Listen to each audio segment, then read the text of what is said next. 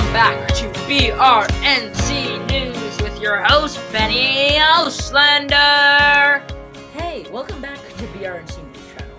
Today we'll be talking about the entire Saudi Arabia. Let's jump right in, shall we? I sent myself and a camera crew over there to get the first look, and I'll take you on a tour myself. Let's go. First up today is the geography. The geography of Saudi Arabia is mostly dry desert, and so the only way they get water is a little spot of land called a wadi, where when it rains, water collects in a little basin in the land, as here, so that way they can get water.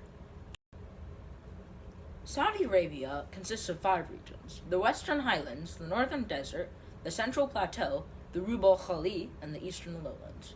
The Rub al-Khali is a desert that stretches about 250,000 miles.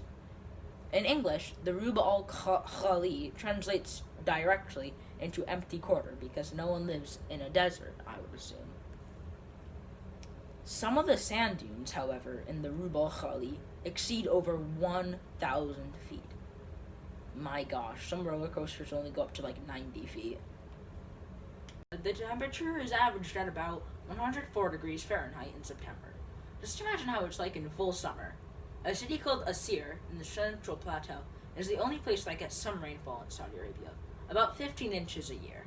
The entire rest of Saudi Arabia gets less than 4 inches. 104 degrees with 4 inches of rainfall sounds like a lot of torture to me. The Western Highlands are where the highest mountains in Saudi Arabia are. Some even exceed 9,000 feet. The northern deserts have a humongous sand dunes called An-Nafud, and there are tons of deserts there too, of course. The eastern lowlands have the highest deposits of petroleum anywhere in the world. This is where most of the people live, because where oil is plentiful, so is the wealth. Now on to a different topic: religion. The main religion of Saudi Arabia is the Sunni branch of Islam. Most of Islamic history happened right there in Saudi Arabia. Like the Prophet Muhammad was born in Mecca in 570 AD.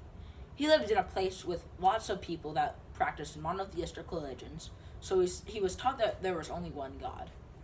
He left for another city and returned to Mecca with an army. They invaded it in 630 and were successful and took Mecca. Muhammad died a few years later. In present-day Islam influences many parts of life, like school, relationships, and etc. Saudi Arabia even have their own religious police force to enforce the teachings of Islam. Like, people on the streets have to be properly dressed during prayer time. Saudi citizens are also required by law to be Muslim, and all Muslims all over the world are required to make a pilgrimage to Mecca once in their life, which happens to be in Saudi Arabia. An achievement of Saudi Arabia is the somewhat progression of women's rights happening currently. Before, women couldn't and weren't allowed to do much without running into legal issues. Now women can drive cars by themselves, which appalls me that they couldn't do it before, as well as see musical concerts. The biggest change is clearly the boosting of agricultural developments as a fallback for when petroleum runs out towards their economy. That is huge and will be lasting because it will benefit their economy later down the line. The royalty of Saudi Arabia is the Al Saud family. Here's the king, Salman of Saudi Arabia, right now. Thank you for having me, Benny. Anytime, Your Highness. Okay, now the government of Saudi Arabia holds the power to create laws and veto local laws as well. The king is also the religious leader. Fascinating. So Saudi Arabia is both an absolute monarchy and a theocracy? Yeah, kinda. See, a holy text called the Quran is kinda like our constitution, but it's up to the religious leaders to interpret if our rules follow the text. It's somewhat a constitutional monarchy, but not really. Thank you so much for being on our show. Next topic, economy. As said before, their economy mainly consists of oil and agriculture, but their economy has also had some other elements in trade, like gold, copper, and iron. Even though they are working on their agriculture, Saudi Arabia doesn't have enough crops to feed all of their civilians, so they import a lot of food. Since the petroleum industry is owned by the government, but there are still private businesses, it's a mixed economy. The social structure of Saudi Arabia has strongly divided classes.